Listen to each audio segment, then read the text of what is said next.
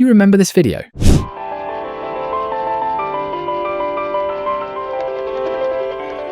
You probably do because it has 135 million views on YouTube alone. But ever since this video came out almost 10 years ago, I wanted to recreate a similar bot. So that's what we're going to do today. First, we start with creating a new Python project and importing some libraries to do 90% of the work.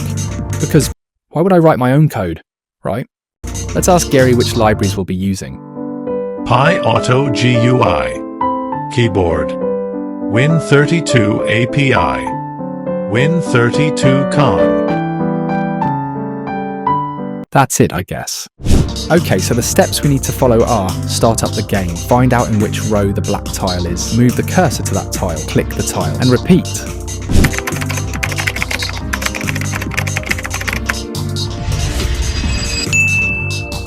During the game, the bot constantly measures the RGB values at these 4 coordinates.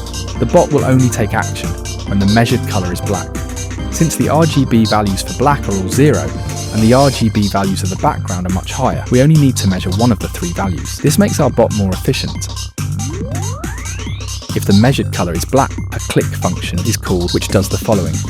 It moves the cursor to the coordinate of the black tile, presses down the mouse button, waits a short amount of time to make sure the click is registered, then releases the mouse button and goes back to measuring colours.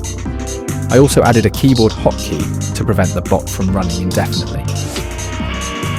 And now comes the fun part where we're going to test our bot.